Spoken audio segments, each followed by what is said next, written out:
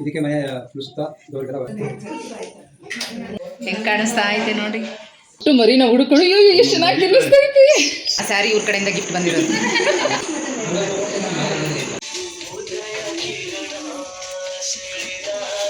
ಮಾಡಲ್ಲ ಬಾಯಲ್ಲಿ.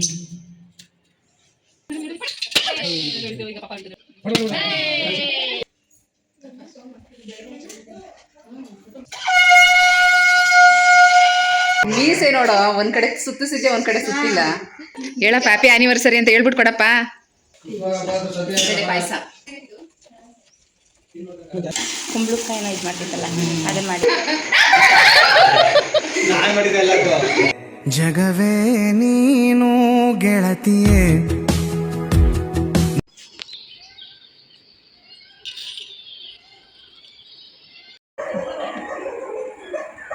ಅಯ್ಯೋ ಬಂಗಾರಿ ಎದ್ರಕಡೆ ಹೆಂಗೋ ಕೂತೈತೆ ನೋಡಿ. ಎಲ್ರಿಗೂ ನಮಸ್ಕಾರ. ಗೆಳತಿ ದಿನಚರಿಗೆ ನಿಮ್ಮೆಲ್ರಿಗೂ ಸ್ವಾಗತ. ತುಂಬ ದಿನ ಗ್ಯಾಪ್ ಆಗೋಗಿದೆ, ಬ್ಲಾಗ್ಸ್ ಹಾಕೇ ಇಲ್ಲ ನಾನು. ಯಾಕೆಂದರೆ ಮದುವೆ ಕಾರ್ಯಗಳೆಲ್ಲ ಇದ್ದಿದ್ದರಿಂದ ತುಂಬ ಬ್ಯುಸಿ ಇದ್ದೆ, ಹಾಗಾಗಿ ಬ್ಲಾಗ್ಸ್ಗಳನ್ನ ಶೇರ್ ಮಾಡೋದಕ್ಕಾಗಿಲ್ಲ. ಖಂಡಿತ ಮುಂದಿನ ವೀಡಿಯೋಗಳಲ್ಲಿ ಅದನ್ನೆಲ್ಲ ಕಂಪ್ಲೀಟಾಗಿ ನಿಮಗೆ ಶೇರ್ ಮಾಡ್ತಾ ಹೋಗ್ತೀನಿ. ಇವತ್ತೇನಾಯಿತು ಗೊತ್ತಾ, ಸಡನ್ನಾಗಿ ಬೆಳಗ್ಗೆನೇ ಒಂದು 2-3 ಪಕ್ಷಿ ಮನೆ ಒಳಗಡೆ ಬಂದ್ಬಿಡ್ತು. ಫಸ್ಟ್ ನನಗೆ ಯಾವುದೋ ಏನೋ ಅಂತ ಭಯ ಆಗೋಯ್ತು. ಆಮೇಲೆ ನೋಡಿದ್ರೆ ಇದೊಂದು ಪುಟ್ಟು ಗುಬ್ಬಚ್ಚಿ ಥರ ಇರೋವಂಥ ಪಕ್ಷಿಗಳು. ಮನೆ ಮುಂದೆ ಭತ್ತದ ತೋರಣ ಹಾಕಿದ್ದೀನಿ, ಅದರಲ್ಲಿರೋ ಭತ್ತದ ಕಾಳನ್ನ ತಿನ್ನೋದಕ್ಕೆ ಅಂತ ಆಗಾಗ ಬರ್ತಾ ಇರುತ್ತೆ. ಇವತ್ತು ಸಡನ್ನಾಗಿ ಮನೆ ಒಳಗಡೆ ಬಂದ್ಬಿಡ್ತು. ಅಮ್ಮ ಪಕ್ಷಿ ಹೊರಗಡೆ ಹೊಟ್ಟೋಯ್ತು. ಈ ಪುಟ್ಟು ಮರಿಗೆ ಹೊರಗಡೆ ಹೋಗೋಕ್ಕೆ ಜಾಗ ಗೊತ್ತಾಗ್ದಿರಾ ಇಲ್ಲೇ ಅಲ್ಲಿ ಇಲ್ಲಿ ಕೂತ್ಕೊಂಡಿದೆ. ನನಗೆ ಮುಟ್ಟೋಕ್ಕೂ ಭಯ ಆಯಿತು. ಯಾಕೆ ಅಂದರೆ ಗುಬ್ಬಿ ಮರಿಗಳನ್ನು ಮನುಷ್ಯರು ಮುಟ್ಬಿಟ್ರೆ ಮತ್ತೆ ಅವ್ರ ಗುಂಪಿಗೆ ಸೇರಿಸ್ಕೊಳ್ಳಲ್ಲ ಅಂತ ನಾವು ಚಿಕ್ಕವರಿರುವಾಗ ಅಮ್ಮ ಎಲ್ಲ ಹೇಳೋರು. ನನಗೆ ಅದೇ ನೆನಪು. ಹಾಗಾಗಿ ಇದನ್ನು ಮುಟ್ಲ ಬೇಡವಾ, ಪಾಪ ತೆಗೆದು ಹೊರಗಡೆ ಬಿಡೋಣ ಅಂತ ಅನಿಸುತ್ತೆ. ಬಟ್ ಆಮೇಲೆ ಅದಕ್ಕೇನಾದರೂ ತೊಂದರೆ ಆದರೆ ಏನು ಮಾಡೋದು ಅಂತ ಹಾಗೆ ಯೋಚನೆ ಮಾಡಿಕೊಂಡು ನೋಡ್ತಾ ಇದ್ದೆ. ಎಲ್ಲಿ ಹೋಗುತ್ತೋ ಸ್ವಲ್ಪ ಹೊತ್ತಿದ್ದು ಅದೇ ಹೋಗಲಿ ಅಂತ ಬಿಟ್ಟೆ. ಅದೇ ಟೈಮ್ಗೆ ನಮ್ಮ ಇಶಿಕಾ ಕೂಡ ವಿಡಿಯೋ ಕಾಲ್ ಮಾಡಿದ್ಲು, ಅವಳಿಗೂ ತೋರಿಸ್ತಾ ಇದ್ವಿ.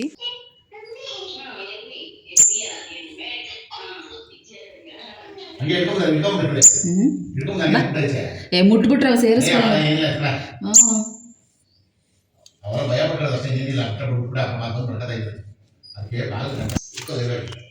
ಬಾ ಪುಟ್ಟು ಮರಿ ಬಾ ಇಲ್ಲಿ.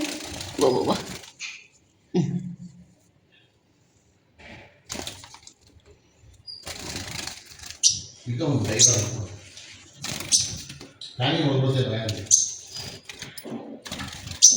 ನೀನೇನು ಮಾಡಲ್ಲ ಬಾ ಇಲ್ಲಿ.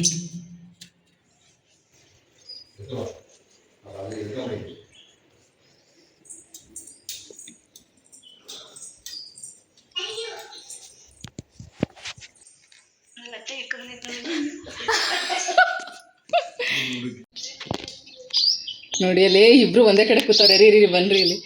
ಓ ಇಲ್ಲ, ಆ ಪುಟ್ಟು ಮರಿನ ಹುಡುಕೊಂಡು ಎಷ್ಟು ಚೆನ್ನಾಗಿ ತಿನ್ನಿಸ್ತೈತಿ.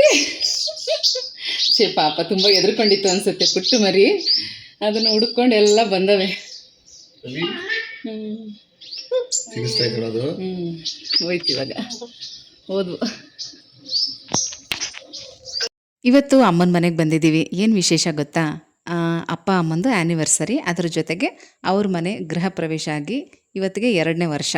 ಅದಕ್ಕೆ ಮನೇಲಿ ಮನೆ ದೇವ್ರದ್ದು ಪೂಜೆ ಇಟ್ಕೊಂಡಿದ್ದಾರೆ. ಅಂದರೆ ದೇವ್ರಿಗೆ ಧೂಪ ಹಾಕ್ಸೋದು ಅಂತ ಹೇಳ್ತೀವಿ ನಮ್ಮ ಕಡೆ. ಅದಕ್ಕೆ ಇಲ್ಲಿಗೆ ಬಂದಿದ್ದೀವಿ. ತುಂಬ ಚೆನ್ನಾಗಿ ರಂಗೋಲಿ ಹಾಕಿದ್ದಾರೆ.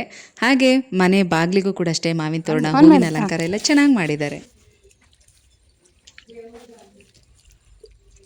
ಏನಂದರೆ ಈಗ ಮನೆಯದು ಗೃಹ ಪ್ರವೇಶ ಆಗಿರೋ ಡೇಟ್ಗೆ ನಾವು ಹೇಗೆ ಮಕ್ಕಳದ್ದು ಬರ್ತಡೇ ಮಾಡ್ತೀವಿ, ಅವತ್ತೊಂದು ದಿನ ಒಂದು ವಿಶೇಷ ಪೂಜೆ ಇಟ್ಕೊಂಡಿರ್ತೀವಿ ದೇವಸ್ಥಾನದಲ್ಲಾಗಲಿ ಮನೇಲಾಗಲಿ, ಅದೇ ರೀತಿ ಗೃಹ ಪ್ರವೇಶ ಆಗಿರೋ ಡೇಟ್ಗೆ ಮನೆಗೂ ಪೂಜೆ ಮಾಡಿಸೋಣ, ಮನೆ ದೇವ್ರ ಪೂಜೆ ಮಾಡಿಸೋಣ ಅಂಥೇಳಿ ಹೋದ ವರ್ಷದಿಂದ ಅಭ್ಯಾಸ ಮಾಡ್ಕೊಂಡಿದ್ದಾರೆ.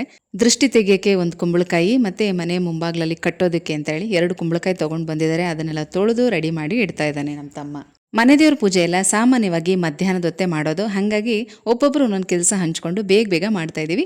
ನಾವೆಲ್ಲ ಇಲ್ಲಿ ಒಳಗಡೆ ಅಡುಗೆ ಕೆಲಸ ಮಾಡ್ಕೊತಾ ಇದ್ದೀವಿ.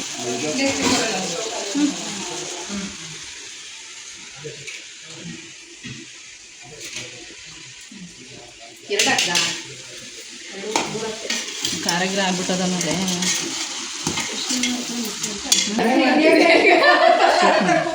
ಏನಾಯ್ತು?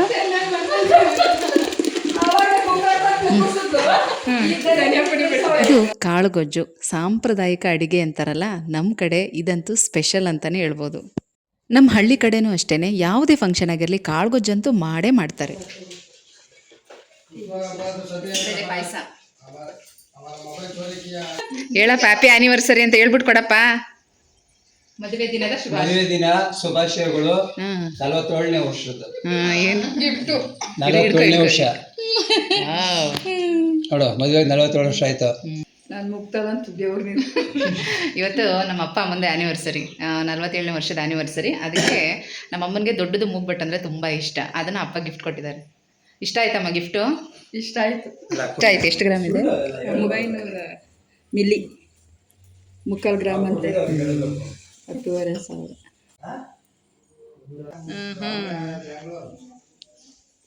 ಹೆಂಗೆ ಕಾಣಿಸ್ತಾ ಐತೆ ನೋಡಿ. ಅವ್ರಿಗೆ ತುಂಬ ಇಷ್ಟ ಆ ಥರ ದೊಡ್ಡ ದೊಡ್ಡ ಮೂಗುತಿ ಎಲ್ಲ ಚೆನ್ನಾಗಿ ಕಾಣಿಸ್ತಾ ಇದೆ. ಹೋಮ್ ಮೇಡ್ ಹಪ್ಪಳ.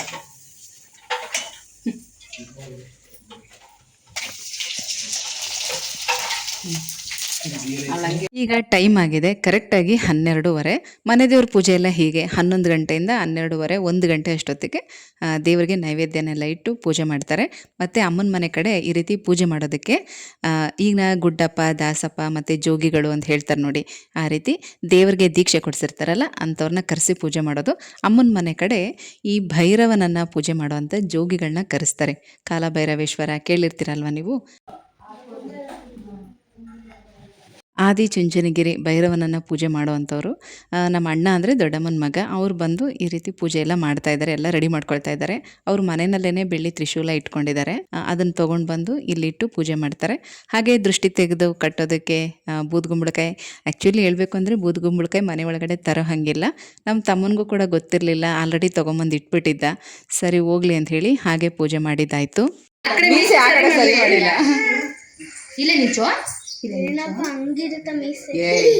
ಮೀಸೆ ನೋಡೋ, ಒಂದ್ ಕಡೆ ಸುತ್ತಿಸಿದ್ಯಾ, ಒಂದ್ ಕಡೆ ಸುತ್ತಿಲ್ಲ.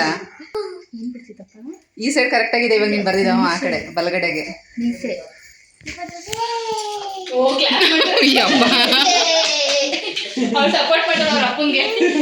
ಚಿನ್ನಿ ಚೆನ್ನಾಗಿ ಬರ್ದೈತೆ ಅಪ್ಪ ಡ್ರಾಯಿಂಗು. ಯಾರದು ಹೇಳು, ಹೆಂಗ್ ಮಾಡಿದ್ರೆ ಕ್ಲಾಸ್ ಈಗ? ಈ ಥರ ಪೂಜೆಗೆಲ್ಲನೂ ಕೂಡ ರೆಡಿ ಮಾಡಿ 2 ಎಲೆನ ಹಾಕಿದ್ದೀವಿ. ಯಾಕೆಂದರೆ ಒಂದು ಭೈರವೇಶ್ವರನಿಗೆ, ಇನ್ನೊಂದು ಅಮ್ಮ ಮನೆ ದೇವ್ರಿಗೆ, ಎರಡಕ್ಕೂ ನೈವೇದ್ಯ ಇಡಬೇಕು. ಹಾಗಾಗಿ 2 ಎಲೆ ಹಾಕಿ ಮಾಡಿರೋ ಎಲ್ಲ ಅಡುಗೆನೂ ಕೂಡ ಇಲ್ಲಿ ಬಡಿಸ್ತೀವಿ.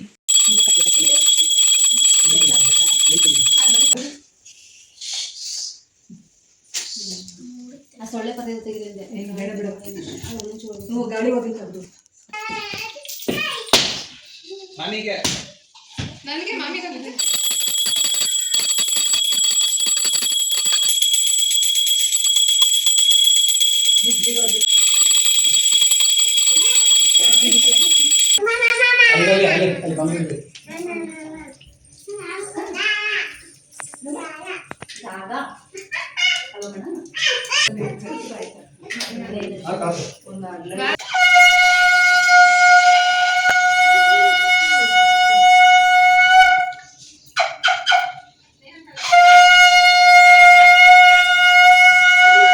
ನಮ್ಮಣ್ಣ ಪೂಜೆ ಮಾಡಿ ನೈವೇದ್ಯ ಎಲ್ಲ ತೋರಿಸಿ ಎಲ್ಲನೂ ಕೂಡ ಆಯಿತು. ಈಗ ಮನೆಯವರೆಲ್ಲರೂ ಪೂಜೆ ಮಾಡಿ ಅಂತ ಹೇಳಿದ್ರು. ಮನೇಲಿ ಒಬ್ಬೊಬ್ಬರೇ ಎಲ್ಲರೂ, ಮಕ್ಕಳು, ದೊಡ್ಡವರು ಎಲ್ಲರೂ ಕೂಡ ಪೂಜೆ ಮಾಡ್ತಾ ಇದ್ದೀವಿ. ಯಾವುದೇ ಶುಭ ಕಾರ್ಯಗಳನ್ನು ಮಾಡೋದಕ್ಕಿಂತ ಮೊದಲು ಮನೆ ದೇವ್ರ ಪೂಜೆ ನಮ್ಮ ಮನೆ ಕಡೆ ಈ ಥರನೇ ಮಾಡೋದು. ಮತ್ತು ಈ ಸೂತ್ಕಗಳನ್ನ ಕಳ್ಕೊತೀವಲ್ಲ ಆ ಟೈಮಲ್ಲೂ ಕೂಡ ಅಷ್ಟೇ ಇದೇ ರೀತಿ ಮನೆ ದೇವ್ರ ಹೆಸರಲ್ಲಿ ಧೂಪ ಹಾಕಿಸಿ ಒಂದು 4 ಜನಕ್ಕೆ ಊಟ ಹಾಕೋವಂಥದ್ದು. ಇದೇ ರೀತಿಯೇ ನಾವು ಮಾಡ್ಕೊಂಡು ಹೋಗ್ತೀವಿ. ನಮ್ಮ ಮನೆ ಕಡೆನೂ ಅಷ್ಟೇ. ನಮ್ಮ ಮನೆ ಕಡೆ ಗುಡ್ಡಪ್ಪನ ಕರೆಸ್ತೀವಿ. ಮಾದೇಶ್ವರನ ಗುಡ್ಡ ಮತ್ತು ಸಿದ್ದಪ್ಪಾಜಿ ಗುಡ್ಡಪ್ಪ ಇರ್ತಾರೆ, ಪಾರ್ವತಿ ಗುಡ್ಡಪ್ಪ ಇರ್ತಾರೆ. ಈ ಥರ ರುದ್ರಾಕ್ಷಿ ಹಾಕ್ಕೊಂಡಿರ್ತಾರೆ ನೋಡಿ ಕತ್ತಿಗೆ, ಅವರನ್ನು ಕರೆಸಿ ಪೂಜೆ ಮಾಡಿಸೋವಂಥದ್ದು. ಕೆಲವರು ಜಾಗಟೆ ಬಾರಿಸ್ತಾರೆ, ಕಂಸಾಳೆ ಬಾರಿಸ್ತಾರೆ. ಮತ್ತು ಇವರು ಜೋಗಿಗಳು ಬಂದು ಸಿಂಗ್ನಾಥ ಅಂತ ಹೇಳ್ತಾರೆ. ಈಗ ನೀವು ಆ ಸೌಂಡು ಕೇಳಿಸ್ಕೊಂಡ್ರಿ ಅಲ್ವಾ, ಊದಿದ್ದು ಆ ಸೌಂಡು ಆ ಥರ ಬರುತ್ತೆ. ಅಂದರೆ ಇದೆಲ್ಲ ಮನೇಲಿ ಒಂದು ರೀತಿ ಪಾಸಿಟಿವ್ ವೈಬ್ಸು. ಆ ಸೌಂಡು ವರ್ಷಕ್ಕೆ 1 ಸಲ ಆದರೂ ಮನೆಯಲ್ಲಿ ಬರಬೇಕು, ತುಂಬ ಚೆನ್ನಾಗಿರುತ್ತೆ. ಈಗ ದೃಷ್ಟಿ ತೆಗಿತಾ ಇದ್ದಾರೆ ನೋಡಿ. ಯಾವಾಗಲೂ ಅಷ್ಟೇ ಈ ಥರ ಮನೆ ಮೂಲೆ ಮೂಲೆಗೂ ದೃಷ್ಟಿ ತೆಗಿಬೇಕು. ಮತ್ತು ದೃಷ್ಟಿ ತೆಗೆದ್ಮೇಲೆ ಹಿಂದೆ ಹೋಗಬೇಕು. ಹಿಂದೆಯಿಂದನೇ ಹೋಗಿ ಎಲ್ಲ ಕಡೆಗೂ ಕೂಡ ದೃಷ್ಟಿ ನಿವಾಳಿಸಿ ಅದನ್ನು ಹೊರಗಡೆ ಹೊಡಿಬೇಕು. ತೆಂಗಿನಕಾಯಿ, ನಿಂಬೆಹಣ್ಣು, ಬೂದ್ಗುಂಬಳಕಾಯಿ, ಮತ್ತು ಕೆಲಸ ಮಾಡುವಂಥ ಕಡೆ, ಈಗ ಫ್ಯಾಕ್ಟ್ರಿಗಳಾಗಿರ್ಬೋದು, ಅಂಗಡಿಗಳಾಗಿರ್ಬೋದು, ಅಲ್ಲಿ ಸೌತೆಕಾಯಿನೂ ಕೂಡ ದೃಷ್ಟಿ ತೆಗೆದು ಹೊಡೆಯೋದು ತುಂಬ ಒಳ್ಳೆಯದು. ಸೌತೆಕಾಯಿಯಲ್ಲಿ ದೃಷ್ಟಿ ತೆಗೆಯೋದ್ರಿಂದ ತುಂಬ ಬೇಗನೆ ದೃಷ್ಟಿ ನಿವಾರಣೆ ಆಗುತ್ತೆ. ಅಣ್ಣ ತಮ್ಮ ಇಬ್ಬರು ಕೂಡ ದೃಷ್ಟಿನ ತೆಗೆದು ಹೊಡೆದ್ರು. ಈಗ ಕುಂಬಳಕಾಯಿನ ಕಟ್ಟಿಸ್ಬೇಕು. ಅದನ್ನು ಕೂಡ ಹೊರಗಡೆಗೆ ನೋಡಿ ಹಿಂಗೆ ಗೇಟ್ಗೆ ಕಟ್ಟಿದ್ದಾರೆ. ಎತ್ತಣ ಹಾಂ ಸಾಕಲ್ಲಿ ಕಟ್ಟು.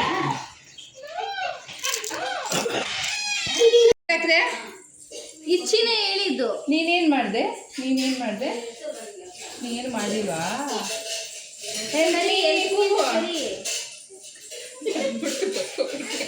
ಪೂಜೆ ಎಲ್ಲ ಆದಮೇಲೂ ಕೂಡ ಮೊದಲು ಪೂಜೆ ಯಾರು ಮಾಡಿದ್ರಲ್ಲ ಅವ್ರಿಗೆ ಊಟ ಬಡಿಸ್ತೀವಿ. ಯಾಕಂದರೆ ಅವರು ಮೀಸಲು ಬಿಟ್ಟ ಮೇಲೇ ಬೇರೆಯವರೆಲ್ಲರೂ ಕೂಡ ಊಟ ಮಾಡಬೇಕು. ಹಾಗಾಗಿ ಈ ಕಡೆ ನಮ್ಮ ಅಣ್ಣ ಮತ್ತು ತಮ್ಮ ಇಬ್ಬರು ಕೂಡ ಊಟ ಕೂತ್ಕೊಂಡಿದ್ದಾರೆ.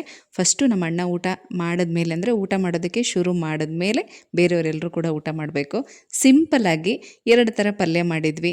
ಗೀ ರೈಸು, ಕಾಳುಗೊಜ್ಜು, ಹೆಸರುಬೇಳೆ ಪಾಯಸ, ಮತ್ತು ಅಮ್ಮ ಮನೇಲೇ ಹಪ್ಳ ಮಾಡಿದರು. ಹಪ್ಳ, ಸಂಡಿಗೆ, ಅನ್ನ, ಸಾಂಬಾರು, ಇದಿಷ್ಟು ಲೈಟಾಗಿ ಸಿಂಪಲಾಗಿ ಅಡುಗೆ ಮಾಡಿದ್ರು. ಎಲ್ರಿಗೂ ಊಟ ಆಯಿತು. ಹಾಗೆ ಕೂತ್ಕೊಂಡು ಸ್ವಲ್ಪ ರೆಸ್ಟ್ ಮಾಡ್ತಾಯಿದ್ವಿ, ಮಾತಾಡ್ತಾಯಿದ್ವಿ. ಹೊರಗಡೆ ವಿಪರೀತ ಬಿಸಿಲಿದ್ದರಿಂದ ಮಕ್ಕಳು ಹೊರಗಡೆ ಆಟ ಆಡೋಕೆ ಆಗ್ತಾ ಇರಲಿಲ್ಲ. ಹಾಗಾಗಿ ಒಳಗಡೆನೇ ಆಟ ಆಡಿಸೋಣ ಅಂಥೇಳಿ ಆಟ ಆಡಿಸ್ತಾಯಿದ್ವಿ. ಎಲ್ಲರೂ ಹೀಗೆ ಒಟ್ಟಿಗೆ ಸೇರಿದಾಗ ಏನೋ ಖುಷಿಯಾಗಿ ಒಂದು ಸ್ವಲ್ಪ ಹೊತ್ತು ಕಾಲ ಕಳೆಯೋದು ತುಂಬ ಚೆನ್ನಾಗಿ ಅನಿಸುತ್ತೆ. ಹಾಗೆ ಇಶಿಮಾನ ಎಲ್ಲರೂ ಆಟ ಆಡಿಸ್ತಾಯಿದ್ವಿ. ಅವಳಂತೂ ಫುಲ್ಲು ಖುಷಿಯಾಗ್ಬಿಟ್ಟಿದ್ಲು. ಅವಳಿಗೆಷ್ಟು ಖುಷಿ ಅಂದರೆ ಇಂಥ ಆಟ ಎಲ್ಲ ಆಡೋದಕ್ಕೆ ತುಂಬ ಇಷ್ಟಪಡ್ತಾಳೆ. ಒಂದು ಫಂಕ್ಷನ್ ಅಂತ ಇಷ್ಟೊಂದು ಜನ ಸೇರ್ತೀವಿ ಅಷ್ಟೇ. ಇಲ್ಲ ಅಂದರೆ ಪಾಪ ಮಕ್ಕಳಿಬ್ಬರೇ ಇರ್ತಾರೆ ಮನೆಯಲ್ಲಿ, ಸ್ಕೂಲು ಇಲ್ಲ, ಈಗ ರಜೆ ಟೈಮ್ ಬೇರೆ, ಹೊರಗಡೆ ಆಟ ಆಡೋಣ ಅಂದರೆ ವಿಪರೀತ ಬಿಸಿಲಿದೆ. ಹಾಗಾಗಿ ಮನೆ ಒಳಗಡೆನೇ ಸ್ವಲ್ಪ ಆಟ ಆಡ್ಸೋಣ ಅಂಥೇಳಿ ಈ ಥರ ಆಟ ಆಡಿಸ್ತಾ ಇದ್ವಿ. ತುಂಬ ಚೆನ್ನಾಗಿ ಅನ್ನಿಸ್ತು. ಅವಳು ಹೇಗೆ ಅಂದರೆ ಪ್ರತಿ ಸಲ ಅವಳೇ ಔಟ್ ಆಗಬೇಕು.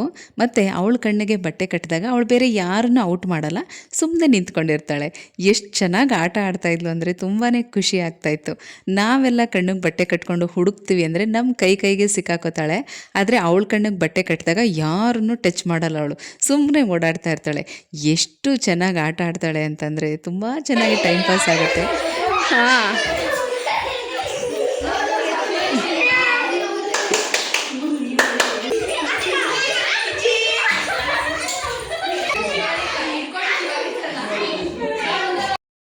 ಈಗ ಸಿಂಪಲಾಗಿ ಒಂದು ಕೇಕ್ ಕಟ್ಟಿಂಗ್ ಮಾಡಿಸೋಣ ಅಂಥೇಳಿ ಇದು ಸರ್ಪ್ರೈಸ್ ಆಗಿತ್ತು ಅಪ್ಪ ಅಮ್ಮನಿಗೆ.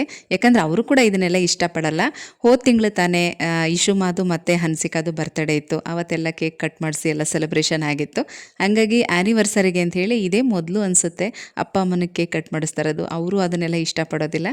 ಸರಿ, ಈ ಸಲ ಹೊಸ ಮನೆಯಲ್ಲಿ ಸ್ವಲ್ಪ ಸ್ಪೆಷಲ್ ಆಗಿರಲಿ ಅಂಥೇಳಿ ಕೇಕ್ ಕಟ್ಟಿಂಗ್ ಮಾಡಿಸಿದ್ದು. ಇಶುಗೇನೆಂದರೆ ಲಾಸ್ಟ್ ಮಂತ್ ಅವಳ ಬರ್ತಡೇ ನೆನಪಾಗಿದೆ ಅವಳಿಗೆ. ಮತ್ತು ಈ ತಿಂಗಳು ನನ್ನ ಬರ್ತಡೇ ಮಾಡ್ತಾ ಇದ್ದಾರೆ ಅಂತ ಅಂದ್ಕೊಂಡು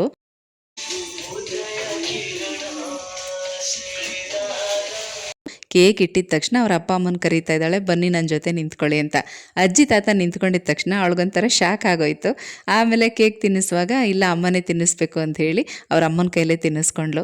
ತುಂಬ ಚೆನ್ನಾಗಾಯಿತು. ಸಿಂಪಲ್ಲಾಗಿ ನೈಟ್ ಯಾಕೆ ಮಾಡಿದ್ದು ಅಂದರೆ ಮಕ್ಕಳಿಗೆ ರಜಾ ಇರಲಿಲ್ಲ. ನಮ್ಮ ಸ್ನೇಹ ಆಗಿರಲಿ, ಪವನ್ ಆಗಿರಲಿ, ಅವ್ರಿಗೆಲ್ಲ ಕೆಲಸ ರಜಾ ಇರಲಿಲ್ಲ. ಹಾಗಾಗಿ ಅವರು ಬಂದ ಮೇಲೆ ಒಟ್ಟಿಗೆ ನೈಟ್ ಟೈಮಲ್ಲೇ ಕೇಕ್ ಕಟ್ಟಿಂಗ್ ಮಾಡಿಸೋಣ ಅಂಥೇಳಿ ಇವಾಗ ಮಾಡಿಸ್ತಾ ಇರೋದು. ಮತ್ತು ನನ್ನ ಚಿಕ್ಕ ತಮ್ಮ ಕೂಡ ಅವನು ಬರಬೇಕಾಗಿತ್ತು. ಇವರಿಬ್ಬರು ನನ್ನ ತಮ್ಮ ಮತ್ತು ತಮ್ಮನ ಹೆಂಡತಿ.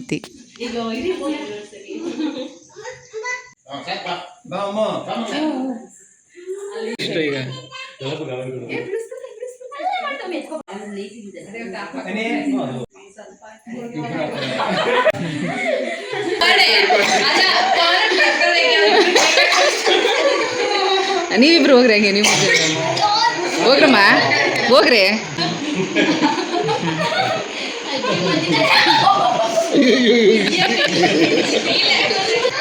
ಮೊಮ್ಮಕ್ಕಳದೊಂದು ಗ್ರೂಪ್ ಇರುತ್ತೆ, ಹೋಗು.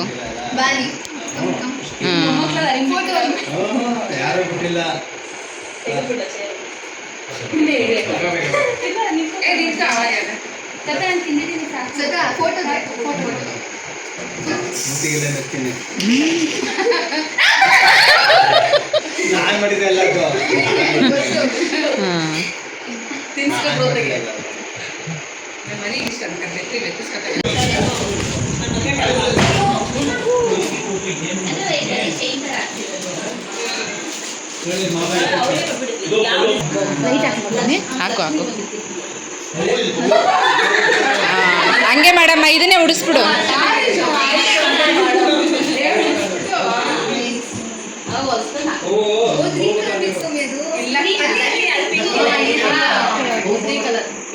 ಓಪನ್ ಮಾಡು. ಹಾಂ, ಬ್ಲೌಸ್ ಬ್ಲೌಸ್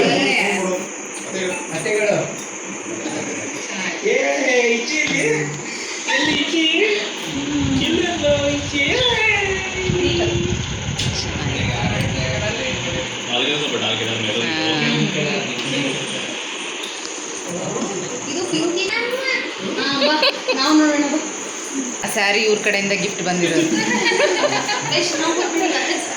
ನಿಜ ಹೇಳಬೇಕು ಅಂದರೆ ಹೋದ್ಸಲ ಅಪ್ಪ ಅಮ್ಮನ ಆ್ಯನಿವರ್ಸರಿಗೆ ಅಮ್ಮನಿಗೆ ಈ ಮನೆನೇ ಗಿಫ್ಟಾಗಿ ಸಿಕ್ಕಿದೆ.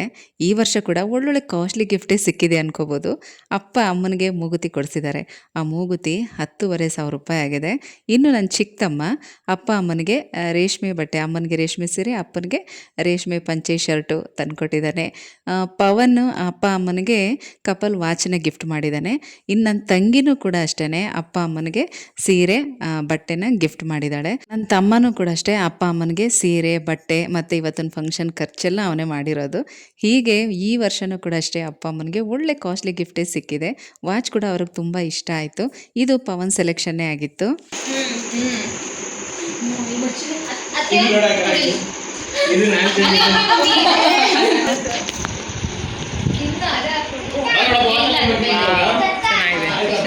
ಸ್ವಲ್ಪ ಟೈಟ್ ಮಾಡ್ಕೊಡ್ಬೇಕು, ಟೈಟ್ ಮಾಡೋಣ.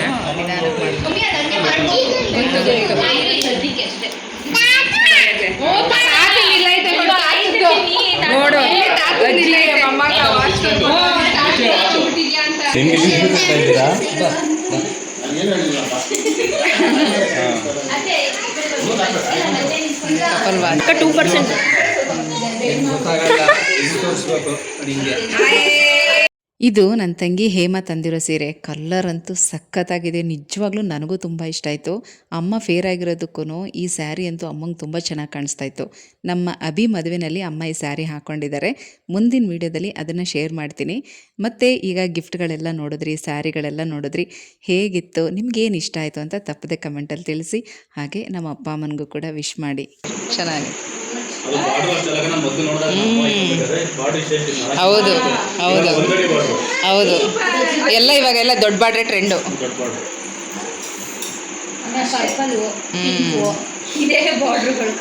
ಬ್ಲೌಸ್ ಸರಿಗೆ ನೀಟಾಗಿ ಮಡಚು. ಬ್ಲೌಸು ಸ್ಟಿಚ್ ಮಾಡಿ ತೊಗೊಬಂದ್ಬಿಟ್ಟು ಅವಳು ನಮ್ಮಮ್ಮ ಉಟ್ಕೊಳ್ಳಿ ಅಂತ. ಆದರೆ ನಮ್ಮಮ್ಮ ಮಗ ಕೊಟ್ಟಿರೋ ಸ್ಯಾರಿ ಉಟ್ಕೊಂಡವ್ರು.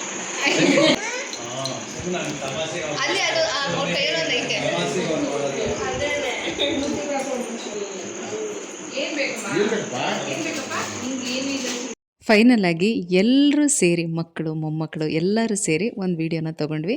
ಇದರಲ್ಲಿ ಇನ್ನೂ ನನ್ನ ತಂಗಿ ಯಜಮಾನರು, ಅಣ್ಣ, ಅತ್ತಿಗೆ ಇವರೆಲ್ಲ ಮಿಸ್ ಆಗಿದ್ದಾರೆ. ಅಣ್ಣ ಮಧ್ಯಾಹ್ನನೇ ಬಂದು ಪೂಜೆ ಮಾಡಿಬಿಟ್ಟು ಹೋದರು. ಅತ್ತಿಗೆ ಬರೋಕ್ಕಾಗಲಿಲ್ಲ. ಎಲ್ರದ್ದು ಊಟ ಆಗಿತ್ತು. ಹಾಗೆ ಕೂತ್ಕೊಂಡು ಮಾತಾಡ್ತಾ ಇದ್ದೀವಿ. ಎಲ್ಲರೂ ಹೀಗೆ ಒಟ್ಟಿಗೆ ಸೇರಿದಾಗ ಮಾತಾಡೋದು, ಹರಟೆ ಹೊಡೆಯೋದು, ಒಬ್ರಿಗೊಬ್ರು ಕಾಲು ಎಳೆಯೋದು ಎಷ್ಟು ಚೆನ್ನಾಗಿರುತ್ತೆ ಅಲ್ವಾ. ಈ ವಿಡಿಯೋನ ಇಲ್ಲಿಗೆ ಎಂಡ್ ಮಾಡ್ತಾ ಇದ್ದೀನಿ. ವಿಡಿಯೋನ ಪೂರ್ತಿ ನೋಡಿ ನಿಮ್ಗೆ ಏನು ಅನ್ನಿಸ್ತು ಅನ್ನೋದನ್ನು ತಪ್ಪದೆ ಕಮೆಂಟಲ್ಲಿ ತಿಳಿಸಿ, ಆಯಿತಾ?